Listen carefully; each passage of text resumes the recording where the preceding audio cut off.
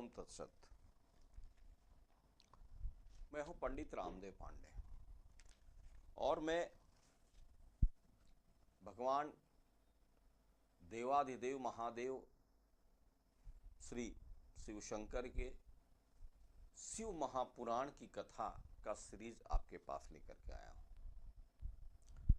तो भगवान शिव को थोड़ा स्मरण कर लेते हैं। यावत तू ये धरा धरा धर धरा धारा धरा भूधरा यावत चारु सुचारु चारु चमरम चामीकरम चामरम यावत रावण राम राम रमणम रामायणे अस्तूयताम तावत भोग विभोग भोगमचलम भोगायते नित्यसः। बोले शंकर भगवान की जय। श्री कृष्ण राम चंद्र भगवान की जय। हमारे आज की यह दूसरी कड़ी है और दूसरी कड़ी जो है वह श्री शिव महापुराण के महात्म्य का तृतीय अध्याय है।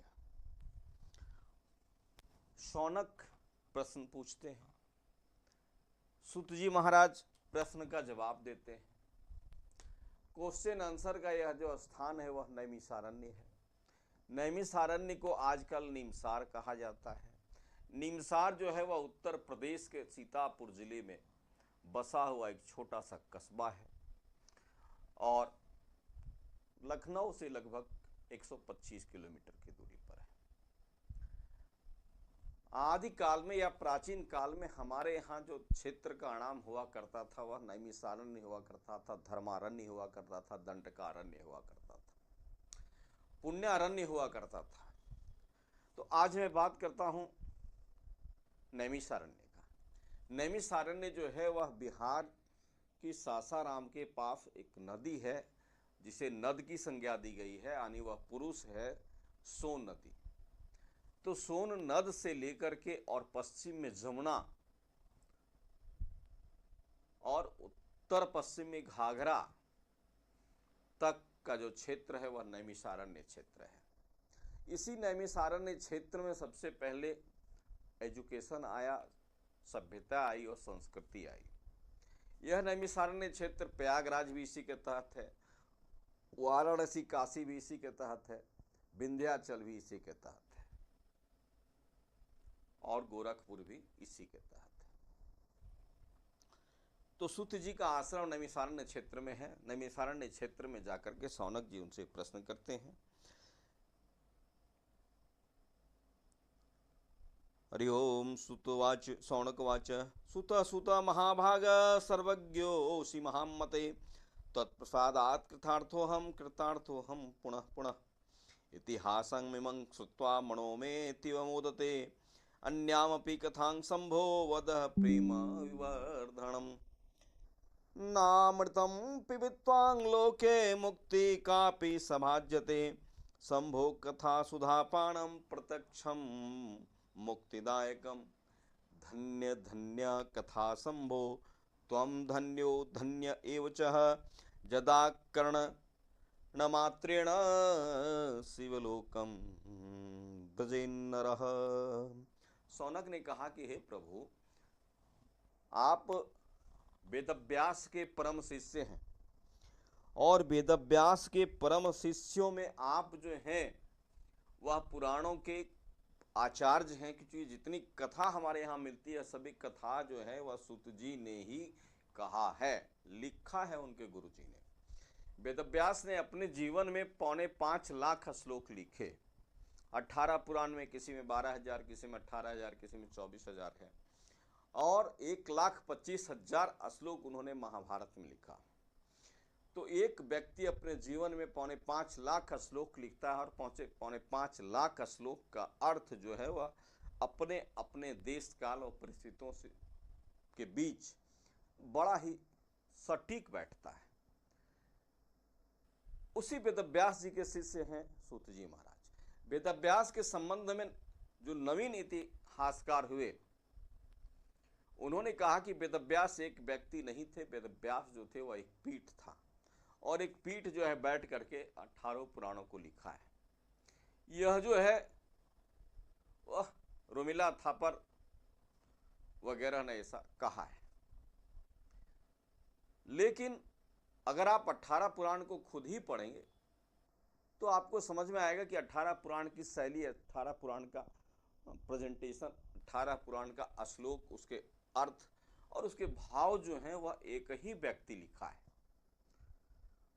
क्योंकि हर घर में अपने अपने भाइयों के बीच का जो होता है प्रेजेंटेशन, गुरु भाइयों का प्रेजेंटेशन अलग अलग होता है। तो अगर वेदव्यास अलग अलग होते तो प्रेजेंटेशन अलग अलग होता है, भाव अलग अलग होता है। मैंने 18 पुराणों को पढ़ा है, इसलिए मैं ये कह रहा हूँ, और मैं कोशिश करूंगा कि 18 पुराणों को मैं डिजिटल रूप से आपके सामने यथावत जो रूप है, जो स्वरूप है, उसी को मैं आपके सामने रखूंगा। यह शिवपुराण की श्रृंखला है। तो कहते हैं कि अमृत पान करने वाले लोगों को कभी भी मुक्ति का लाभ नहीं होता। सौनक ने सूत जी से कहा, अमृत पान करने पर मुक्ति नहीं मिलती है, जीवन मिलता है। एक लंबी जीवन यात्रा होती है जो कई हजार ही नहीं कई लाखों वर्षों तक होता है। तो यह जो अमृत पान है, एक कथा आई थी श्रीमद् भागवत में यह कथा आई कि सुखदेव मुनि जो हैं, जो सुत जी के गुरु भाई हैं, वेदव्यास के पुत्र हैं, उम्र है 18 साल, और वह कथा सुनाते हैं कुरुवंश के प्रसिद्ध राजा महाराज परीक्षित को। परीक्षित जिनके जन्म का परीक्षण भगवान श्री कृष्ण ने किया, वैसे महापुरुष को कथा सुनाते हैं एक 18 साल के बालक सुखदेव। कथा जब पूरी हो जाती है, और जब पूरी कथा हो जाती है, पूर्णाहुति होता है कथा का, तो देवतागण अमृत लेकर के आते हैं और सुखदेव मुनि से कहते हैं कि महाराज आप ये जो है वह अमृत पी लो, और कथा का जो तत्व है, कथा का जो रस है, कथा का जो भाग है, कथा का जो पुण्य है, कथा की जो भक्ति है, वह आप हमें दे दो। परीक्षित ने कहा कि नहीं, मैं अमृत ग्रहण नहीं कर सकता, मैं कथा का पुण्य ही ग्रहण करूंगा, भले हमारी मृत्यु अब कुछ क्षण में हो जाए। तो जो कथा है, भगवान की जो महिमा है, भगवान की जो चर्चा है, भगवान का जो गुणगान है, वह अमृत से भी बड़ा है। सौनक यही कहते हैं। सुत जी ने कहा कि मैं आपको एक गुप्त कथा बता रहा हूं, और गुप्त कथा यह इस तरह से है कि केरल प्रदेश से मैंगलोर के पास वास्कल नामक एक गांव है, और वास्कल नामक गांव में जो है जितने भी लोग रहते हैं वे अशिक्षित हैं, रूढ़िवादी हैं, विषय वासनाओं में लिप्त हैं, धर्म से कहीं उनको कोई आवश्यकता नहीं है, क्योंकि धर्म के जो है वह 10 अंग होते हैं। तो धर्म के इन 10 अंगों में, जो मनुस्मृति ने भी कहा है और गीता में भगवान श्री कृष्ण ने भी कहा है, कहीं कुछ नहीं, 10 में एक अंग भी उन लोगों के पास, वास्कल नामक गांव के लोगों के पास धर्म के 10 अंगों में एक अंग भी नहीं है उनके पास। और क्या है, वहां के लोग दुर्बुद्धि वाले हैं, अपने धर्म को न मानने वाले हैं, खल नीच कर्मों में लगे रहते हैं, सदैव विषय वासनाओं में आसक्त रहते हैं। उस गांव में रहने वाली सभी स्त्रियां कुटिल स्वभाव की हैं, स्वेच्छाचारिणी हैं, पाप कर्मों को करने की इच्छा रखने वाली हैं, दुर्बुद्धि, व्यभिचारिणी, दुर्व्यवहार करने वाली तथा सदाचार में विमुख रहती हैं स्त्रियां भी।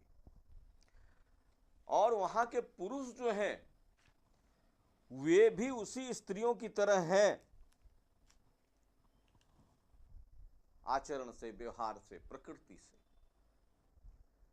उसमें एक बिंदुक नामक एक ब्राह्मण था, और ब्राह्मण जो है वह बिंदुक भी उसी परिवेश में रहता है जिस परिवेश में ये लोग हैं, वह भी उसी परिवेश में ढला हुआ है। वह भी अपनी चंचुला जैसी सुंदर यशस्विनी पत्नी को छोड़कर एक गैर पत्नी के साथ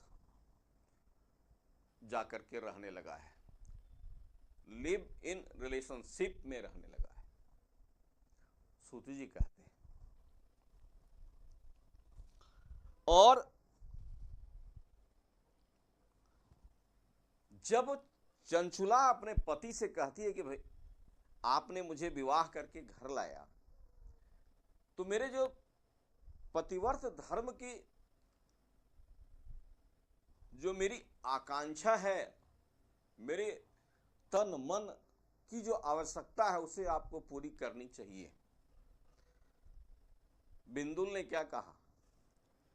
बिंदुल ने कहा कि मैं किसी दूसरे के साथ प्रेम करता हूं, और मैं तुम्हारा या तुम्हारे साथ में जीवन संगी बनकर के नहीं रह सकता, इसलिए तुम भी चाहो तो अपना कोई जार, अपना कोई बॉयफ्रेंड ढूंढ लो। आज की कथा कुछ इसी तरह की है, आज के जीवन भी इसी तरह के हैं। बड़े बड़े महानगरों में मैंने देखा है कि एक एक विवाहिता स्त्रियां जिनके बेटी जवान है, उनके 2-4 फ्रेंड हैं, और उनकी बेटे भी जानता है कि मेरे मम्मी का 3 फ्रेंड है, तो मेरे पापा के भी 2 गर्लफ्रेंड है। मैंने अपनी आंखों से देखा है। आज क्या करते हैं लोग? आज लोग पार्टनर से शेयर करते हैं। बिंदुक ने कहा कि पार्टनर शेयर कर लो, मैं अपना गर्लफ्रेंड ढूंढ लिया, तुम अपना बॉयफ्रेंड ढूंढ लो। बिंदुक ने यही कहा। चूंकि कथा है तो कथा को मैं आज के संदर्भ में ही किसी तरह की कथा को रखना चाहता हूं। जो लोग कहते हैं कि आज बहुत पाप हो रहा है, ऐसा नहीं, पहले भी पाप हुआ है। कलयुग का गुणधर्म है पाप।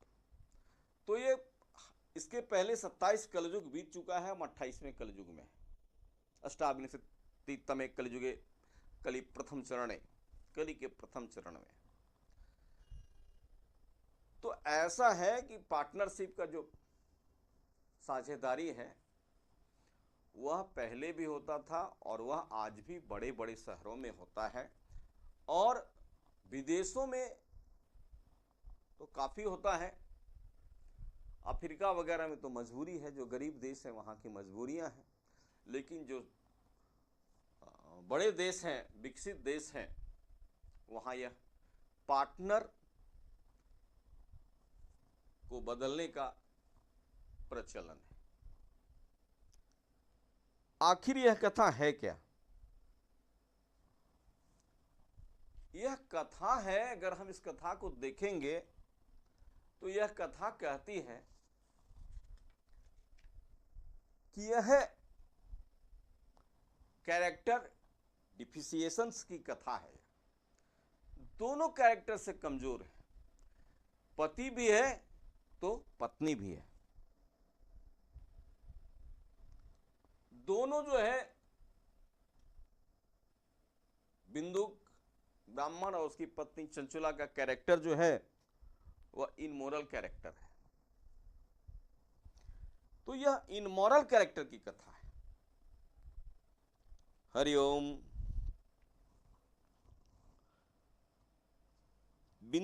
चंचुला जो है वह अपने पति से कहती है कि पूर्ण यौवन संपन्न होने पर काम वेग को सहन न करने के कारण अपने धर्म से मैं विचलित हो सकती हूं।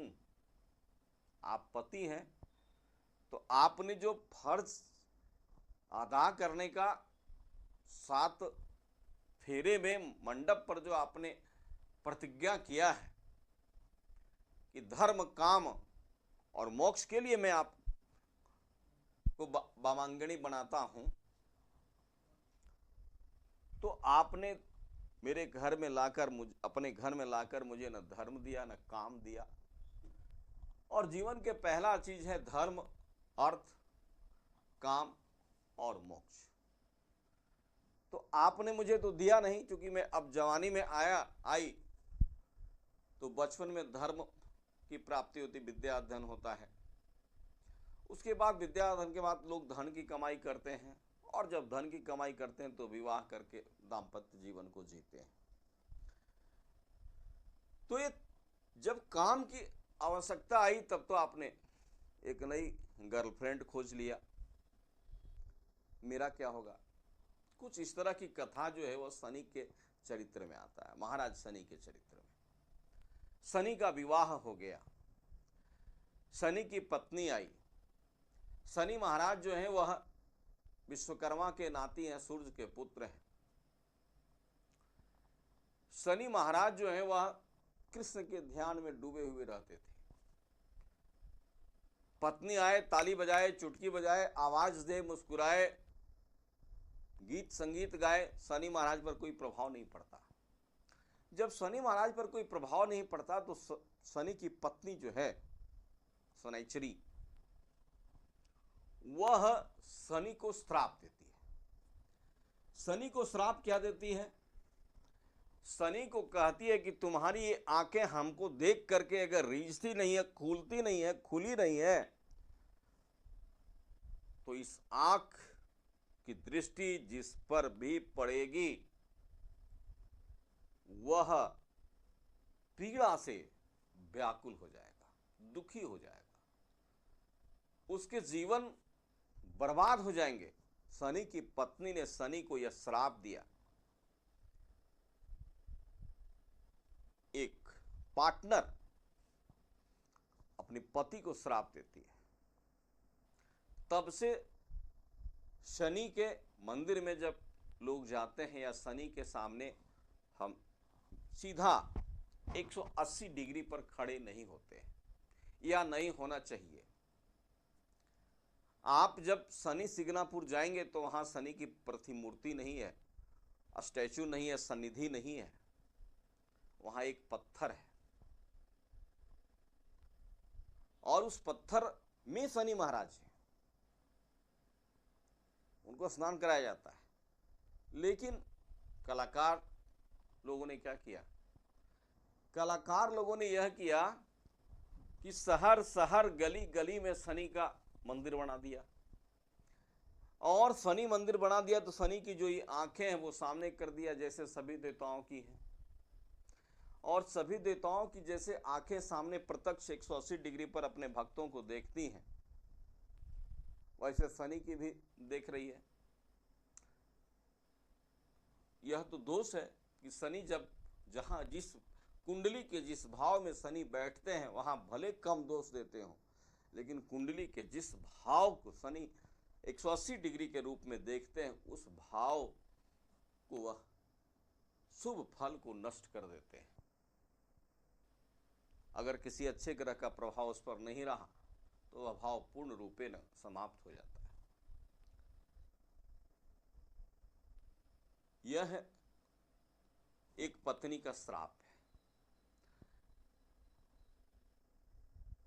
शनि मंदिर जब जाए तो शनि के ठीक फ्रंट 180 डिग्री पर आप खड़ा नहीं रहे, 90 डिग्री के कोण पर खड़ा रहे, 45 डिग्री के कोण पर खड़ा रहे, लेकिन 180 डिग्री के कोण पर खड़ा नहीं रहे। और जो मंदिर अगर 180 डिग्री के कोण पर बने हुए हैं वे भक्तों के लिए बहुत ही अच्छे नहीं है। भक्त को चाहिए कि वह शनि मंदिर आप जरूर जाएं। शनि की जितना आप आराधना करेंगे, पूजा करेंगे, आपको उतनी उन्नति की प्राप्ति होगी, मेरा ये अनुभव है। लेकिन शनि के सम्मुख न जाएं।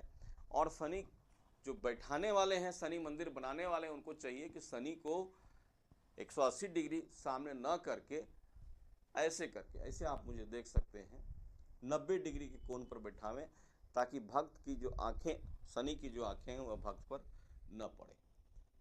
क्योंकि शनि देव की प्रतिष्ठा होती है, उस मूर्ति में जो है वह प्राण प्रतिष्ठा होती है। वह मूर्ति जो है वह चेतन हो जाया करता है, जैसे मनुष्य चेतन होता है। तो चलिए, अब ये शनि की बात हो गई। अब मैं बात करता हूँ यहाँ चंचुला की। चंचुला ने कहा, चंचुला को उसके पति ने कहा कि आप ऐसा करो, आप अपना दूसरा पार्टनर ढूंढ लो, मैं स्वतंत्र करता हूं तुम्हें, क्योंकि उसमें तो तलाक की व्यवस्था थी नहीं। हरिओम। स्वपत्नी चंचुला नामं हित्वां नित्यं सुधर्मणिं रेमे सह वेश्या दुष्टः अस्मर बाण प्रपीडितः एव कालोऽभ्यतीयाय महातस्य कुकर्मणा सा स्वधर्म भयात् क्लेशात् अस्मरातापि च चंचुलाः। वह जवानी के वेग से, जवानी के ताप से वह व्याकुल हो गई। पति का क्या दायित्व है, यह कथा कहती है। विवाह करके अगर पत्नी को आप लाते हैं तो यह कथा कह रही है कि पत्नी के साथ आपका क्या संबंध होना चाहिए, और शनि की भी यह कथा कहती है कि पत्नी के साथ आपका क्या संबंध होना चाहिए, वरना शनि को जो भोग भोगना पड़े, बिंदुल को जो भोग भोगना पड़े, वह एक नव दंपति को या भारतीय दंपति को वह भोग भोगना न पड़े। यह कथा है एक ऐसी पत्नी की, ऐसे दंपति की जो दोनों म्यूचुअल करप्ट हैं और दोनों म्यूचुअल करप्ट हैं तो दोनों पाप में डूब जाते हैं। हरिओम। अब क्या होता है कि पार्टनरशिप की तो अदला बदली हो गई। आता है उसका प्रेमी बिंदुल के घर, बिंदुल चला जाता है अपने दूसरी गर्लफ्रेंड के घर। निरंतर यह कर्म चलते रहता है और इस कर्म को चलते चलते दोनों कुकर्म में लग गए। सुत जी ने कहा, सुतवाच इक्तुक्तं सहतया मूर्खो मूढ़ ब्राह्मणोद्यमः पूर्वाचम बिंदुगः पापी स्वधर्म विमुखम खलः। दोनों खल हो गए, दोनों पापी हो गए।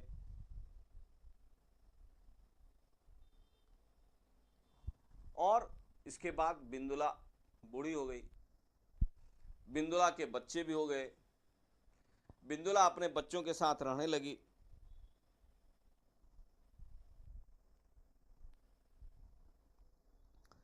जब बिंदुला अपने बच्चों के साथ रहने लगी, उधर बिंदुल जो था, वह बिंदुल जो है वह मर गया। और बिंदुल मर करके ब्रह्म पिशाच हो गया। देखिए, ब्राह्मण अगर छोटी भी गलती करता है, छोटी से छोटी गलती भी करता है, तो सबसे बड़ा पाप का भागी ब्राह्मण होता है। और आज बिंदुल ने क्या किया, यही किया। बिंदुल मरा और बिंदुल ब्रह्म पिशाच हो गया। और ब्रह्म पिशाच होकर बिंदुल जो है वह उत्तर प्रदेश के विंध्याचल पर्वत के क्षेत्र में ब्रह्म पिशाच के रूप में जन्म लिया। और जब ब्रह्म पिशाच के रूप में जन्म लेता है तो दूसरे तरफ क्या होता है, दूसरे तरफ यह होता है कि चंचुला जो है वह वृद्ध हो जाती है। चंचुला के पास उसके पुत्र हैं, बच्चे। उसके बच्चे चंचुला को तीर्थ यात्रा के लिए भेजती है। तीर्थ करने के लिए बच्चे प्रेरित करते हैं। और जब वह तीर्थ यात्रा के लिए बिंदुला जाती है तो बिंदुला एक शिव मंदिर में एक शाम को ठहरती है। और उस शिव मंदिर में जो है वह रोज भगवान शिव के चरित्र का गुणगान होता है और शिव पुराण की कथा होती है। बड़े बेजोड़ पंडित आचार्य उस शिव मंदिर के पुजारी हैं और रोज नियत समय पर संध्या वंदन के बाद वह शिव पुराण की कथा कहते हैं। यह कथा कहती है कि मंदिरें तो बहुत बनी है भारत में, शिव मंदिर, लेकिन मुझे लगता है कि कोई कोई ऐसा मंदिर है जिसमें 5 नहीं 10 वर्षों से 15 वर्षों से भी शिव पुराण की कोई कथा नहीं हुई है।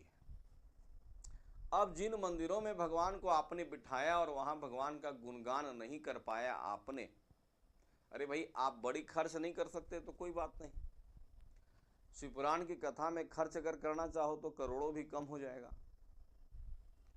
मार्केटिंग तो आजकल लोग कर ही रहे हैं, लेकिन कम से कम शिव पुराण का पारायण तो आप अच्छे ब्राह्मण को बुला करके, जो उसके संस्कृत पाठ हैं, वह संस्कृत पाठ तो 9 दिनों के लिए कर सकते हैं। पारायण करने से कौन किसको रोका है? पारायण में ही तो सारी जो है वह सिद्धियां प्राप्त हो जाया करती हैं। तो शिव मंदिरों में शिव पुराण की कथा होनी चाहिए। शिव पुराण की कथा 9 दिनों की होती है, देवी भागवत की कथा 9 दिनों की होती है, हरिवंश की कथा 9 दिनों की होती है, यानी 8 रात्रि तक कथा चलती है और 9वें दिन में जो है कथा को हवन के बाद, ब्राह्मण भोजन के बाद विश्राम दिया जाता है। और इस कथा में अगर विधिवत हो तो कम से कम 5 ब्राह्मण हो या 11 ब्राह्मण हो। तो अब क्या होता है, वह चंचुला जो है वह मर जाती है। चंचुला कथा सुनती है, कथा सुनने के बाद उसको भक्ति रस की जागरण चंचुला को होता है शिव के प्रति। और शिव के प्रति जब चंचुला के मन में भक्ति रस का जागरण होता है तो क्या होता है, वह चंचुला ब्राह्मण से कहती है कि महाराज मुझे पूरी कथा सुननी है, इसलिए जब तक शिव पुराण की कथा होगी मैं यहीं इसी मंदिर में रहूंगी, इस मंदिर की सेवा करूंगी, मंदिर में झाड़ू लगाऊंगी, पोछा लगाऊंगी, मूर्तियों का श्रृंगार करूंगी, फूल लाऊंगी और मैं शिव की, श्री शिव महापुराण की कथा मैं सुनूंगी।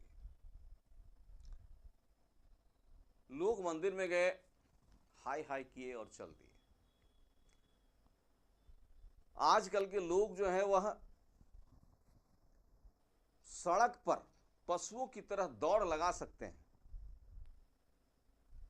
लेकिन मंदिर में जाकर के झाड़ू नहीं लगा सकते। उन्हें वहां प्रेस्टीज इशू होता है। कुत्तों के साथ दौड़ सकते हैं, लेकिन मंदिर में जाकर पोछा नहीं लगा सकते, जहां उन्हें धर्म की प्राप्ति होगी, भगवान की कृपा दृष्टि उस पर पड़ेगी।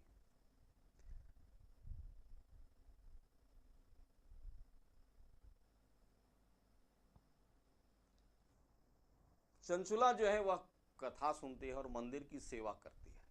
मंदिर की सेवा का अर्थ है कि आप मंदिर जाएं तो वहाँ थोड़ा मंदिर का बर्तन धो दें, मंदिर जाएं तो मंदिर की साफ सफाई कर दें, मंदिर जाएं तो थोड़ा सा भगवान के लिए फूल बेलपत्र लेकर के चल जाएं, जो जैसा मंदिर है, जिस देवता का मंदिर है। मंदिर के आसपास जो है कूड़ा कचरा उसे बाहर करके फेंकें। आजकल के तो लोग देख रहा हूं मैं, शिव के मंदिरों को अधिकतर गंदा कर रहे हैं। शिव जी को मुश्किल में डाल दिया। भक्त जाएंगे प्लास्टिक का दूध लेंगे, मैं तो कई भक्तों को देखा हूं तो ऐसे दांत से काटते हैं दूध को और शिव पर चढ़ा देते हैं, उसके बाद जल चढ़ाना नहीं है, वो केमिकल चढ़ा रहे हैं शिव पर, और शिव की जो प्रतिमा है वह क्षतिग्रस्त हो रही है। अगर पूछना है तो आप ब्राह्मण से, जो आपके मंदिर में ब्राह्मण है उनसे पूछिए। कुछ लोग जा रहे हैं 4 दाना, कोई टमाटर लेकर के जा रहा है, कोई चना लेकर के जा रहा है, कोई उड़द लेकर के जा रहा है, कोई कुछ लेकर के जा रहा है। मैं पूजा का विरोध नहीं करता हूं, लेकिन मैं ये विरोध करता हूं कि आपको जिसने यह टोटका बताया उससे बड़ा मूर्ख दुनिया में कोई नहीं हो सकता है। अरे वो 4 दाना तो आप अपने घर में रखो, रोज आप 4 दाना अगर जाकर के मंदिर में देते हो, अगर 1 महीने का 4 दाना होगा तो तुम्हारे घर की दाल बनेगी।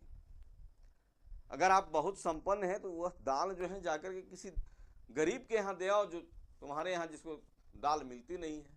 भगवान शिव उससे प्रसन्न हो जाएंगे। भगवान शिव से बड़ा कम्युनिस्ट कौन हो सकता है दुनिया में? भगवान शिव से बड़ा कम्युनिज्म का बड़ा जनक कौन हो सकता है दुनिया में, जिसके सामने भूत प्रेत बैताल सब बैठे हुए हैं। हाँ, अब आप कहेंगे कि वह जो दलित है, वह जो गरीब है, वह जो मजलूम है, वह जो फकीर है, वह अपने कर्म से है, ये आप कह सकते हैं। लेकिन आपने जो दाल, चीनी, नमक,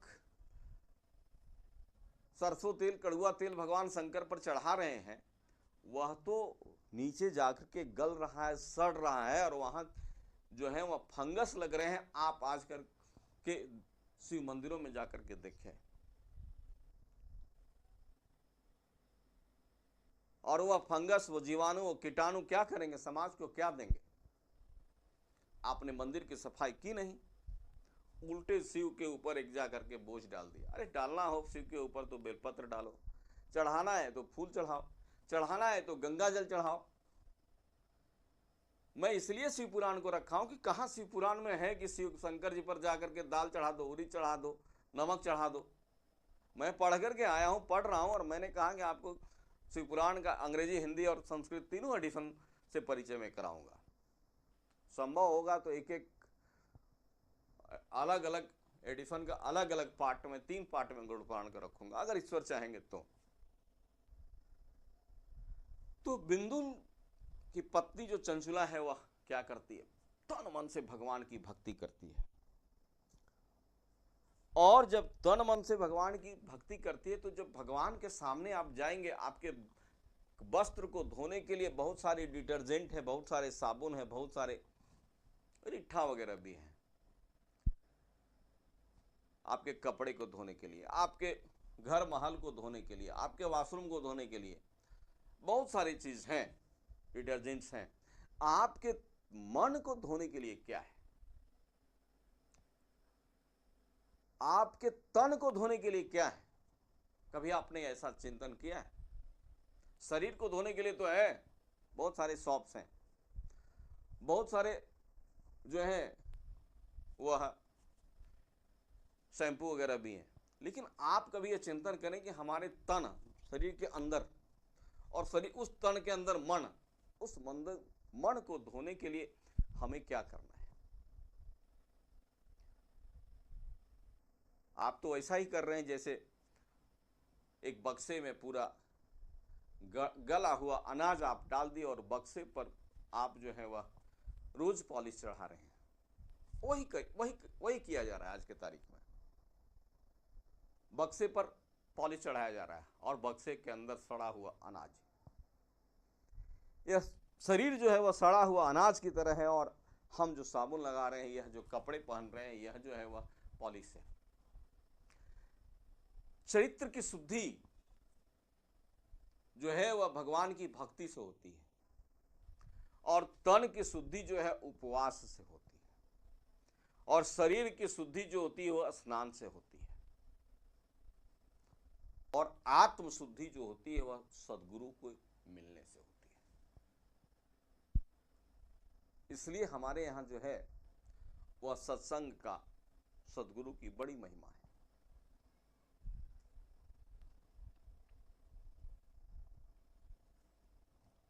अब चंचुला को इतनी भक्ति होती है भगवान शिव के प्रति कि वह ओम नमः शिवाय, ओम नमः शिवाय, ओम नमः शिवाय, श्रवणम कीर्तनम के लिए जो नवधा भक्ति है, उस नवधा भक्ति में वह शिव को स्मरण करते रहती है, शिव का नाम जपते रहती है, शिव मंदिरों में जाकर के वह वहाँ की साफ सफाई करती है, शिव की जहाँ चर्चा होती है वह वहाँ पहुँच जाती है, शिव के प्रति जो निवेदन करना होता है, बेलपत्र, फूल वगैरह, दूब, घास, ये सारे लेकर के वह सभी मंदिरों में पहुँचाती है। आप भी ऐसा कर सकते हैं। रम जाइए शिव की भक्ति में। चंचुला रम गई तो चंचुला ने क्या पाया, यह आगे की कथा है। एक सेक्स स्लीपर स्त्री में इतने बदलाव जो है वह कहां से आए? शिव मंदिर से। शिव मंदिर में क्या चल रहा था? शिव मंदिर में शिव की कथा चल रही थी, शिव का चरित्र चल रहा था। इसलिए मंदिर बनाने की आवश्यकता है कि अगर आप अपने पूर्व जन्म में, अपने जीवन में, अपने यौवन में, अपने जवानी में आप सेक्स स्लीपर जैसे गंदे काम भी करते हैं तो भी आप मंदिर में जाकर के तन मन से पवित्र हो सकते हैं और तन मन से पवित्र होकर आप ईश्वर की प्राप्ति कर सकते हैं। इसलिए मंदिरों की आवश्यकता है। इसलिए इस्लाम ने अपने अपने मजहब के अनुसार मस्जिद बनाया हर जगह। इसलिए मशीनरियों ने अपने अपने जगह पर चर्च बनाए। यह जो है वह सार्वभौमिक चिंतन है। अब उनके अंदर किसी के अंदर कौन सी भाषा है वो मैं नहीं जानता। मैं धर्म की भाषा बात करता हूँ, धर्म की भाषा जानता हूँ। इसलिए मंदिर हर गांव में होने चाहिए और उस गांव में मंदिर में जो भी मंदिर है उस मंदिरों में 5 साल, 4 साल, 3 साल, 2 साल, साल, प्रत्येक साल, प्रत्येक महीना शिव पुराण, श्रीमद् भागवत, देवी भागवत, महाभारत, 18 हमारे पुराण हैं। इन पुराणों की कथा होनी चाहिए और इन मंदिरों में विद्वान ब्राह्मणों को रखना चाहिए। मंदिर में अगर विद्वान ब्राह्मण ना होते तो चंचुला को शिव पुराण की कथा कौन सुनाता? सब आप चाहते हैं कि सस्ता में हो जाए, तो सस्ता में कुछ होता नहीं भैया। अगर आपको सस्ता करना चाहते हैं तो इसका मतलब तो आप समाज को ठग रहे हैं, या तो आप समाज में ठगे जा रहे हैं, और समाज में नहीं, आप जीवन में ठगे जा रहे हैं। कितने घरों में शिव पुराण की कथा होती है, कितने घरों में भागवत की कथा होती है, कितनों घरों में जो है वह श्रीमद् भागवत की कथा होती है। कथा करने के लिए व्यक्ति को चाहिए सबसे सस्ता ब्राह्मण। तो भैया जो माल लगाइएगा वही मिठास पाइएगा। हालांकि चलिए मैं बात करता हूं। निर्धन व्यक्ति हो, धर्मेण निर्धनम श्रेयम न जय पाप कर्मणा। निर्धन हो लेकिन पाप कर्मा नहीं हो, पाप करने वाला व्यक्ति नहीं हो, न स्त्री हो न पुरुष हो। अब चंचुला की मृत्यु हो जाती है। चंचुला की जब मृत्यु हो जाती है तो चंचुला की मृत्यु जब होती है तो क्या होता है? चंचुला की जब मृत्यु हो जाती है तो चंचुला मर जाती है। हरिओम कहते हैं, हा हतास्मि च दग्धामि विदीर्णं हृदयास्मि च सर्वथाहं विनष्टामि पापिनीं सर्वपाम्यहं।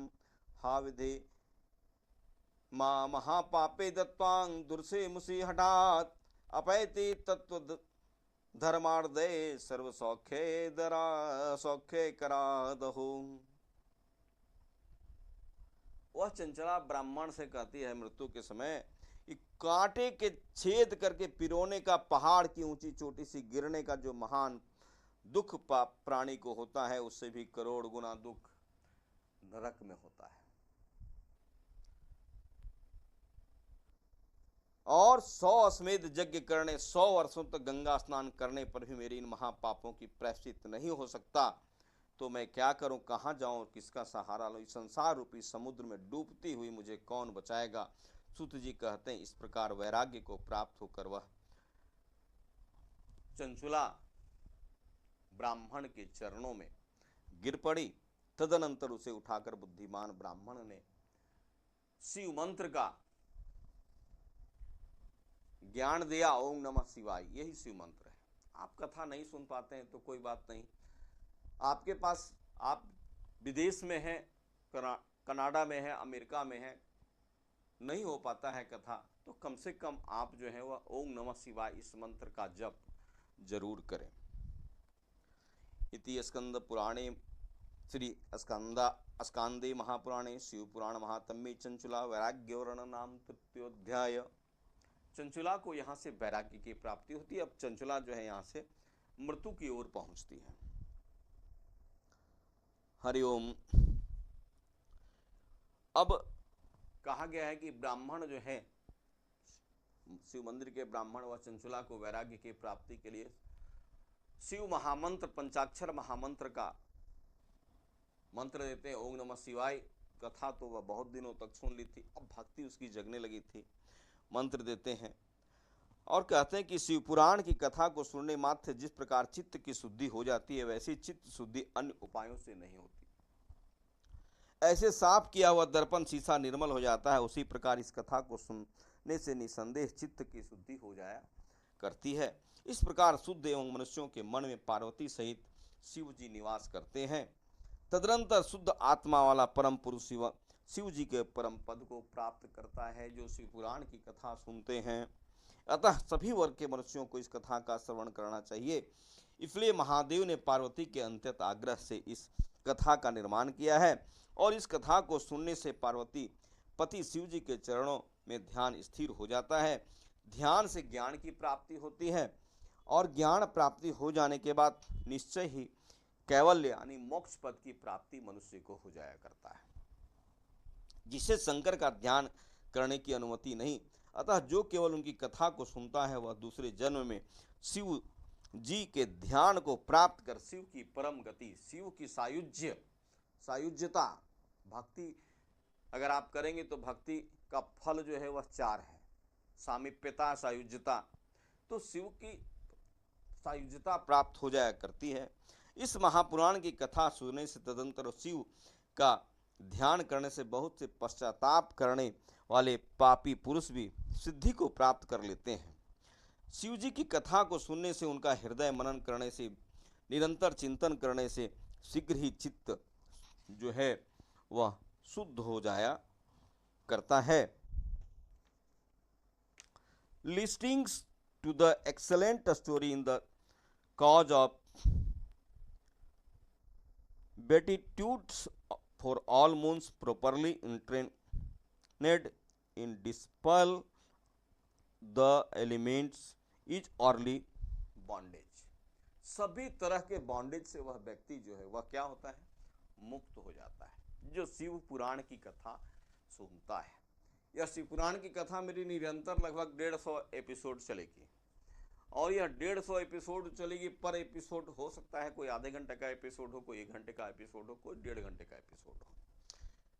तो मैं चाहूँगा कि आपको YouTube पर संपूर्ण शिव पुराण की कथा सुनाओ और आप जहाँ भी रहें यह शिव पुराण की कथा अपने माता पिता, भाई, बंधुओं, सगे संबंधियों को भी सुनाने की कोशिश करें, ताकि वह भी शिव पुराण की कथा को जाने, समझे और शिव में उनकी भक्ति हो। आप जितने लोगों को शिव की भक्ति में लगाएंगे, शिव उस भक्ति का कुछ फल जो है वह आपको भी प्राप्त होगा।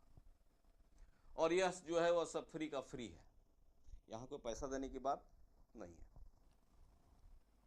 इस विधि से शिव जी के पुत्रों गणेश और कार्तिक से भी भक्ति हो जाती है, फिर उनकी कृपा से दिव्यता की प्राप्ति हो जाया करती है। सूत जी ने कहा कि शिव जी के मंदिर में शिव पुराण की कथा सुनाने वाले शुद्धात्मा तथा परमेश उस ब्राह्मण ने इतना कहकर उसके ऊपर कृपा की और वह स्वयं शिव जी के ध्यान करता हुआ ब्राह्मण जो शिव भक्त था वह चुप हो गया। चंचुला ने कहा कि शिव भक्तों में श्रेष्ठ स्वामी परमार्थ को देखने वाले ब्राह्मण आप धन्य हैं, आप प्रतिक्षण परोपकार में लगे रहते हैं, अतः सज्जनों में वर्णन करने योग्य नहीं है। सूत जी ने कहा कि ऐसा कहकर चंचला ब्राह्मण की कृपा को प्राप्त कर हाथ जोड़कर उस ब्राह्मण को सुनने की इच्छा से ब्राह्मण की सेवा करने में वह तत्पर हो गई। देखिए, ब्राह्मण का संसर्ग अगर आप करेंगे तो आपका एक जीवन नहीं कई जीवन जो है वह सफल हो जाएगा। केवल यह कथा नहीं मैं कह रहा हूं। चंचुला क्या है? चंचुला जो है अपने जीवन में सेक्स स्लीपर है जी। चंचुला क्या है? कैरेक्टर डिफिशियंसर है। जो कैरेक्टर डिफिशियंसर है, जो जीवन में सेक्स स्लीपर है, वह वृद्धावस्था में एक ब्राह्मण की संगति करती है और वह क्या ईश्वरत्व की प्राप्ति करती है। वह पार्वती की सखी हो जाती है आगे की कथा में, और क्या क्या करती है और कराती है वह आगे की कथा में। मैं झारखंड से हूं। झारखंड में 18वीं सदी में एक बिरसा मुंडा हुई खूंटी में,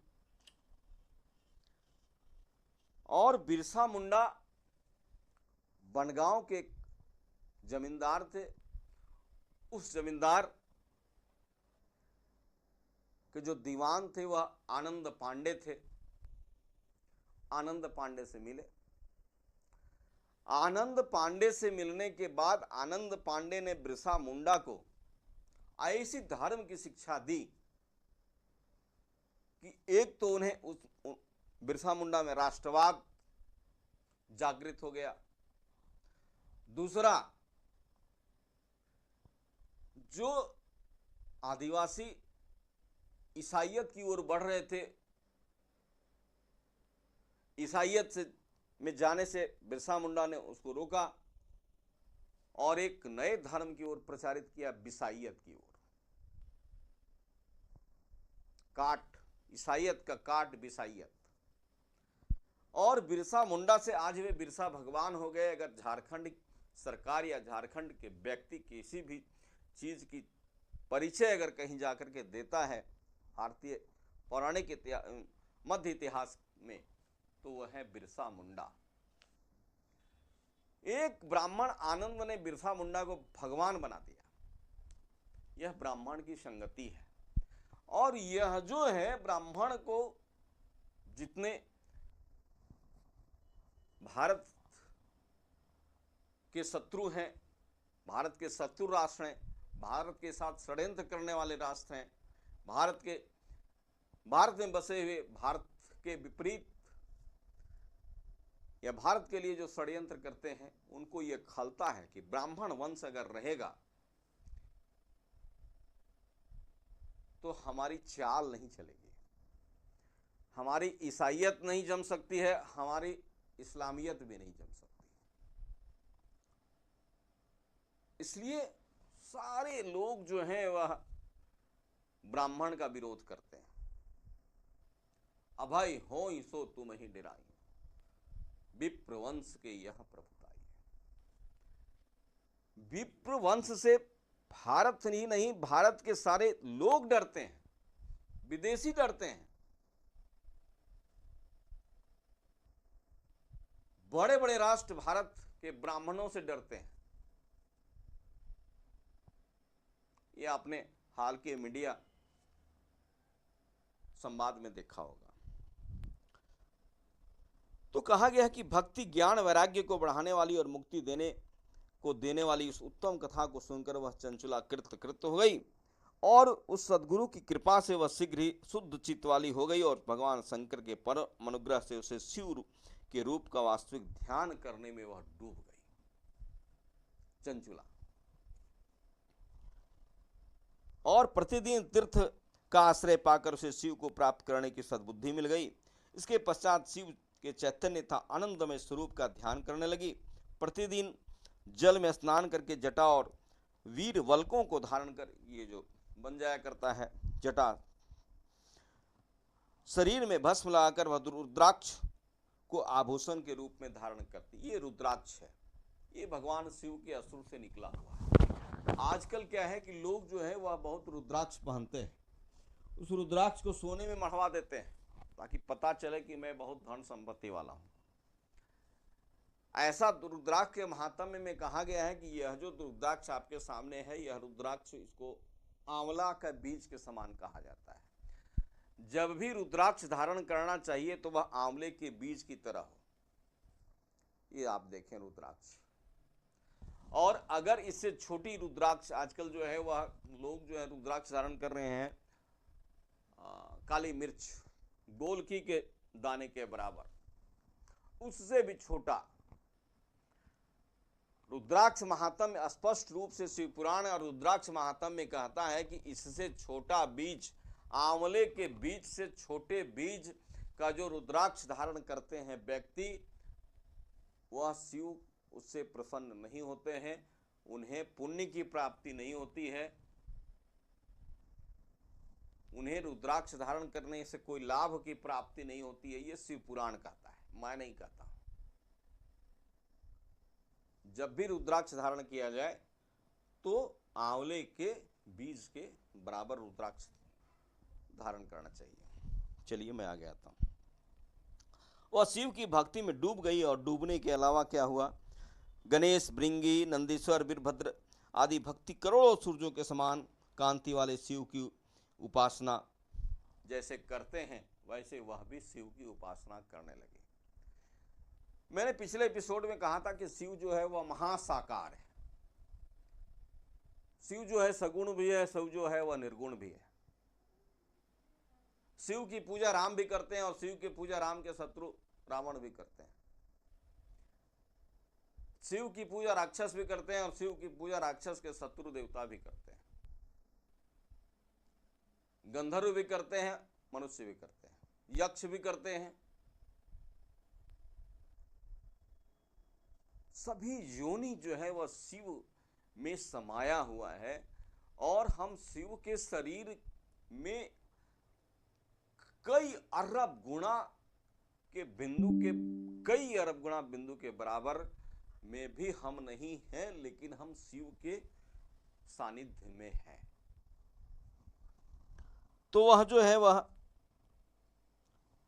बिंदुला क्या करने लगी, डूब गई शिव की भक्ति में, जैसे सबरी डूब गई राम की भक्ति में।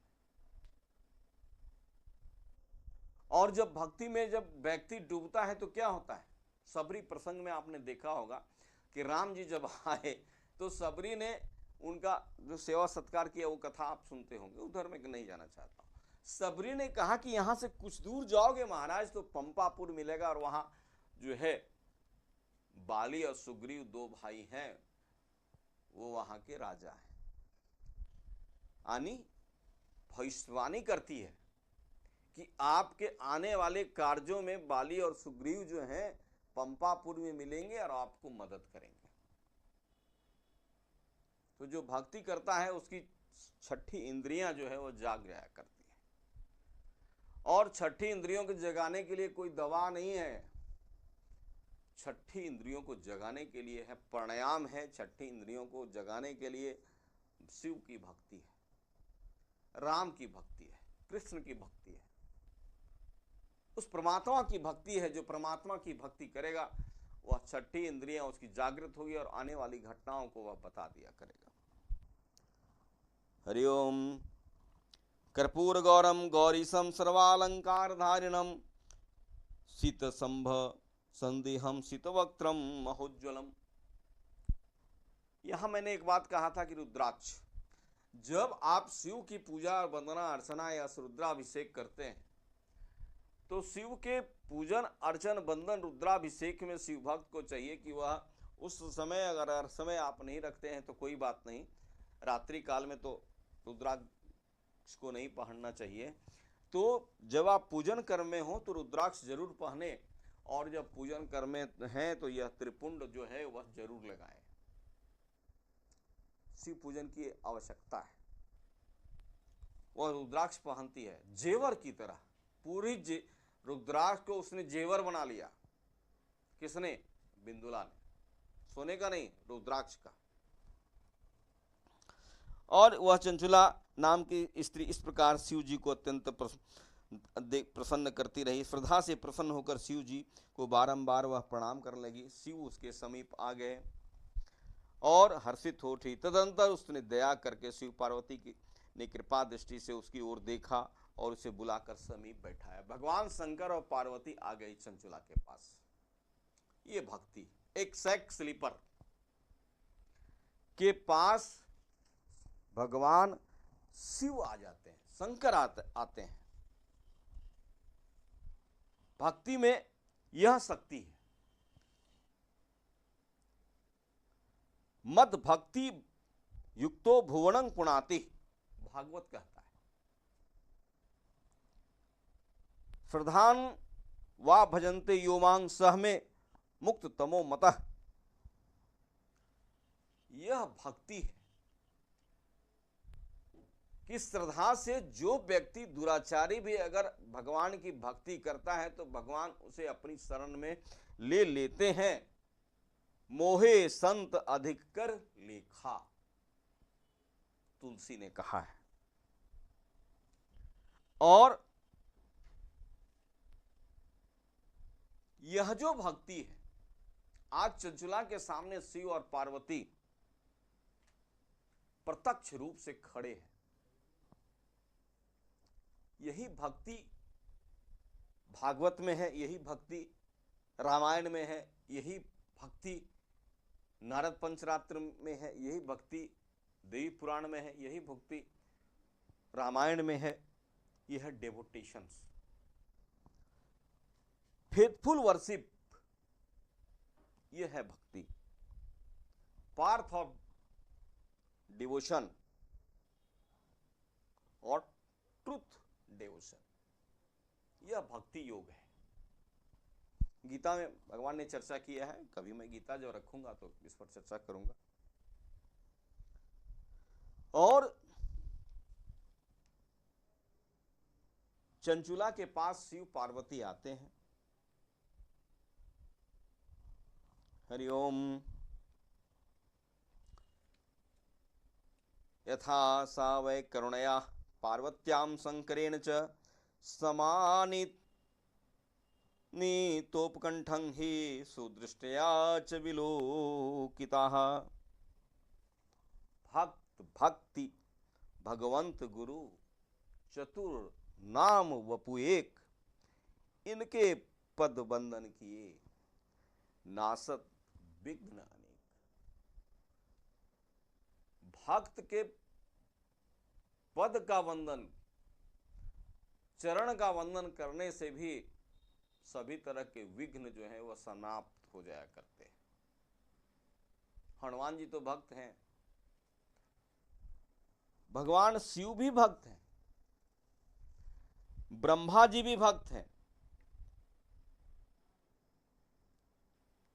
Chanchula the beloved wife of Binduga, those attained a divine form and was blessed with divine pleasure and made a chaperon by Parvati. Parvati से चंचुला ने क्या आशीर्वाद प्राप्त किया। भक्त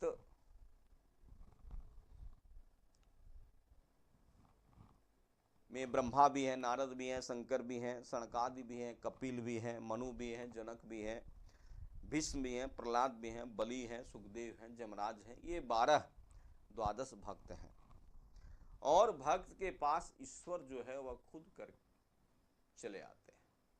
कबीर से कभी किसने पूछा कि भगवान की भक्ति कैसे प्राप्त होती है, तो कबीर ने कहा, कबीरा मन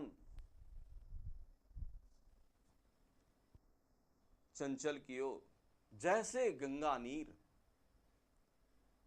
गंगा का पानी जो है खेत में डालिए तो वह उपज पैदा करेगा, पी जाइए तो आपके जीवन की रक्षा करेगा, अंजलि दीजिए तो आपके पितरों को मिलेगा, शिव पर चढ़ाइए तो शिव प्रसन्न हो जाएंगे।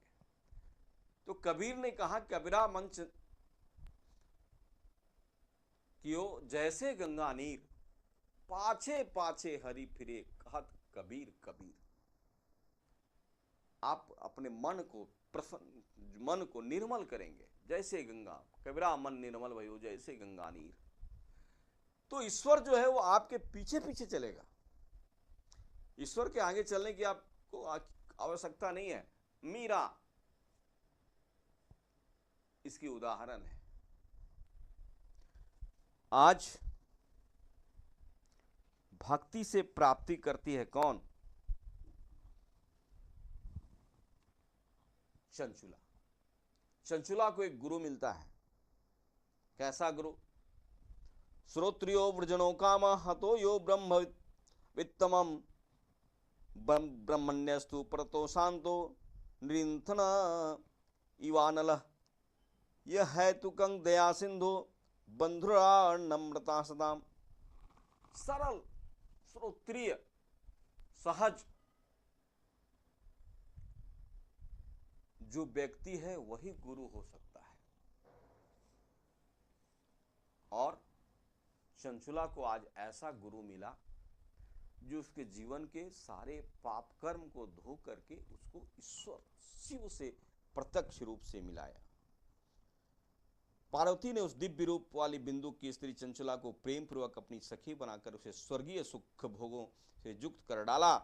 इस प्रकार रूप शाश्वत लोक में महान आनंद पूर्वक अचल निवास को प्राप्त कर वह चंचुला अखंड सुख का भोग करने लगी।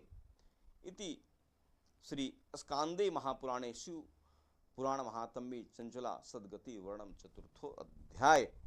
यह कहता है, in that permanent abode of excellent bliss and sublime luster, she acquired a permanent residence and unobstructed pleasure. Chanchula को शिव और पार्वती अपने लोक लेकर के चले जाते हैं। चतुर्थ अध्याय का विश्राम यहाँ होता है। अब मैं पंचम अध्याय की ओर बढ़ता हूँ।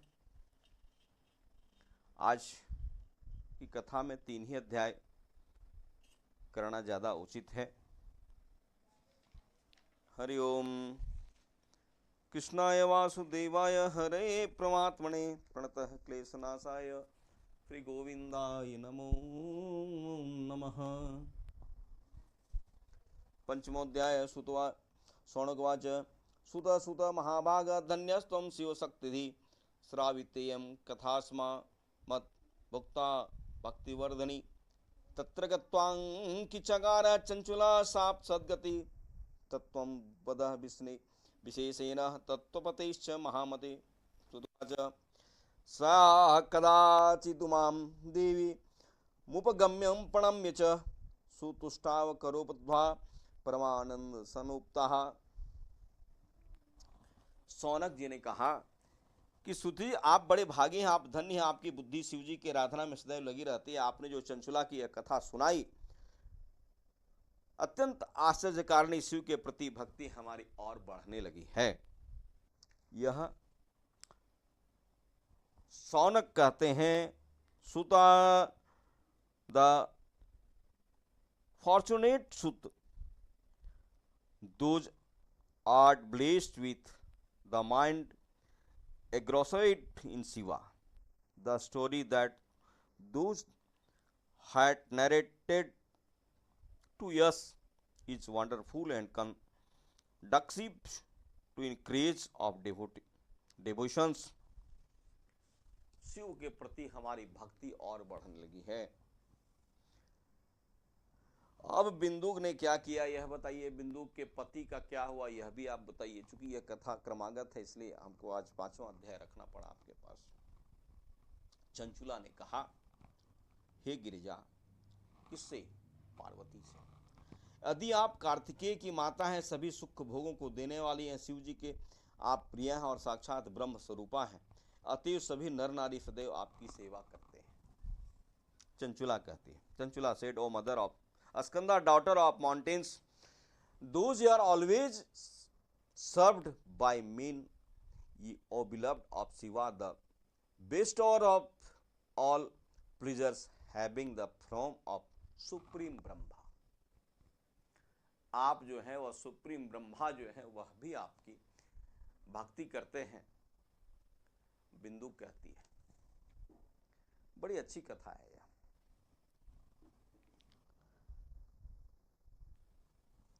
इस कथा में अगर आप देखेंगे तो कथा विंध्याचल से केरल से प्रारंभ होती है और विंध्याचल में आके एक विश्राम लेती है। कथा चल रही है कहाँ?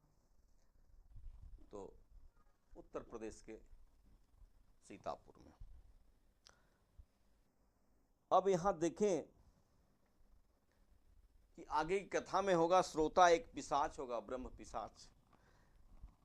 शिव पुराण का वक्ता जो है वह एक गंधर्व राज तुम्बुरु होगा,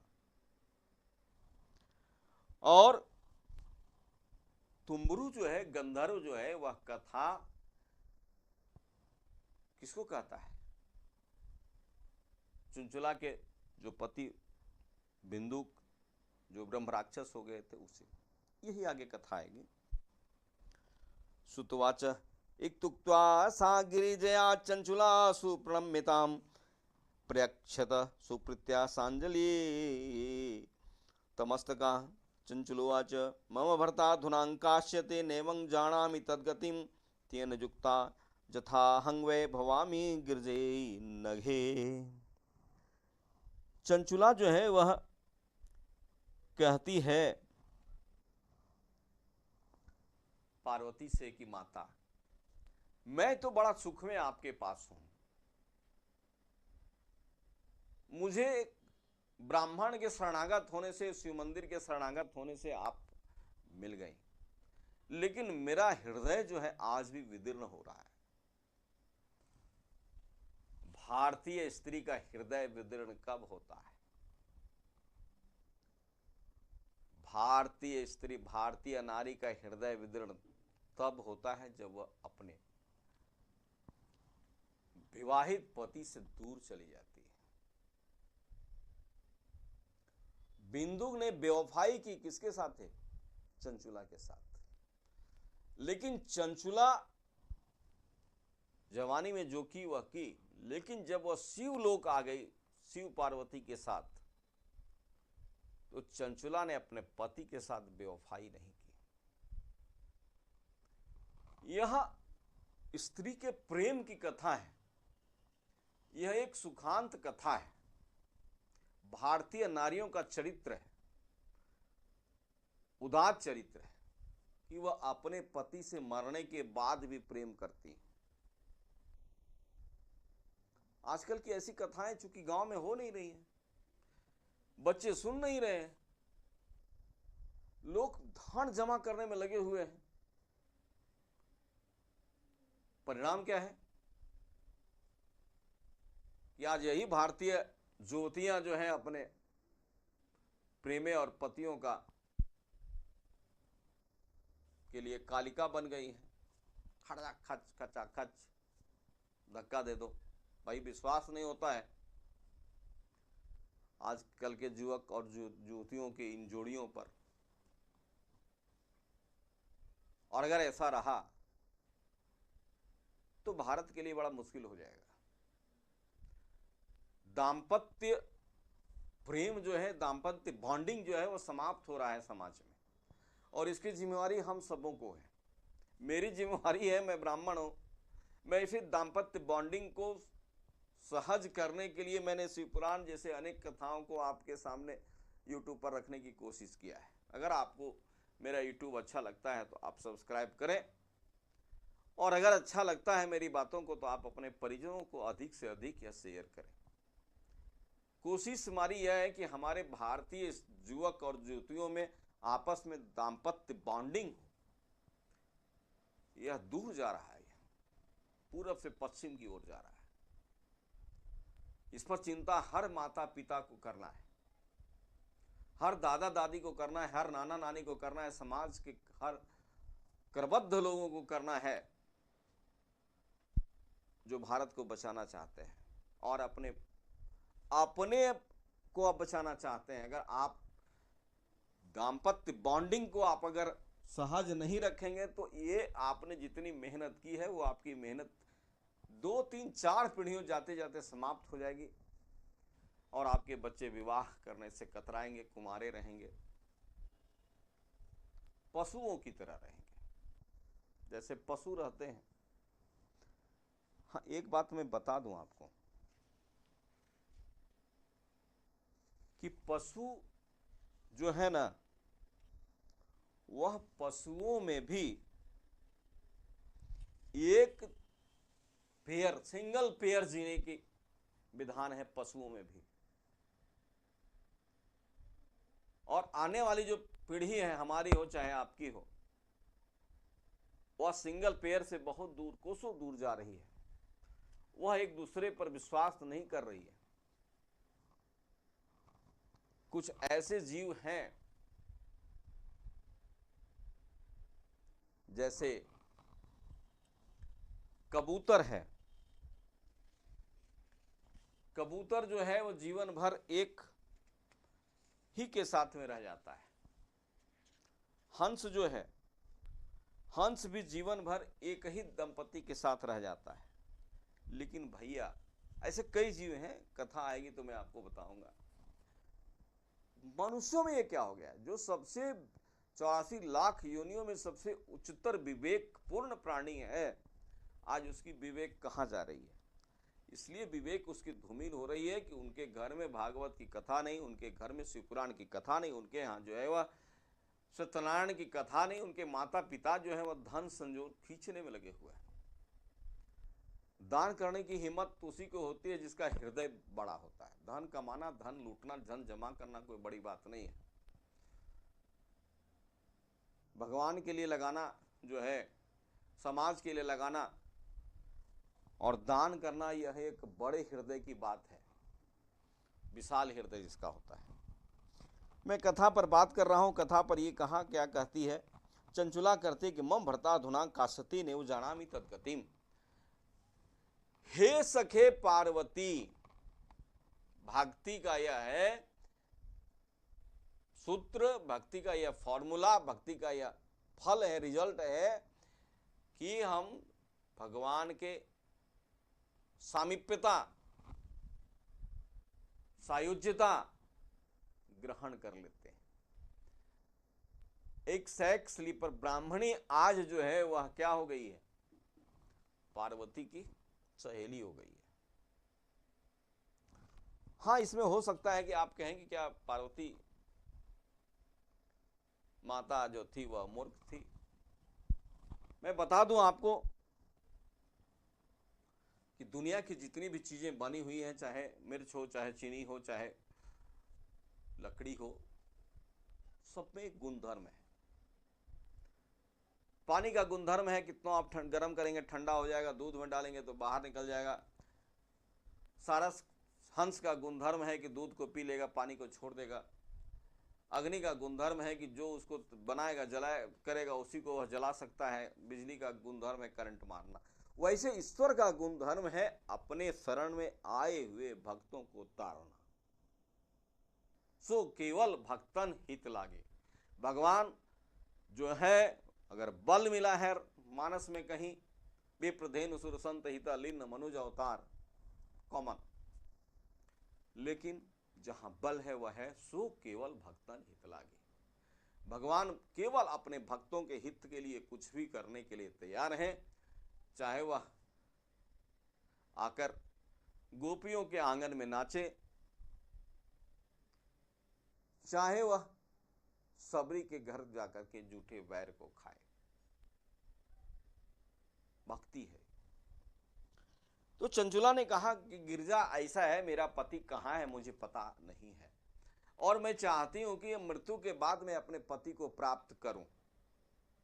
ये कथा आप अपने पत्नियों को जरूर सुनाएं, और पति भी अपनी पत्नियों को यह कथा जरूर सुनाएं कि यह दाम्पत्य बॉन्डिंग जो है वह मरने के बाद भी चंचुला के पास है। हमें वह पति चाहिए जो भले ही अपने जीवन में दुराचारी था। हरि ओम। सुते भ्रता बिंदुगा हो महापापी दुराशय, वैश्या भोगी महामुड्ढो मृत्वांश नरकं गतः, भुक्त्वा नरक दुखानि विवधान्यामितां समाः, पाप शेषेन पापात्मा बिंदे जातः पिशाचकः।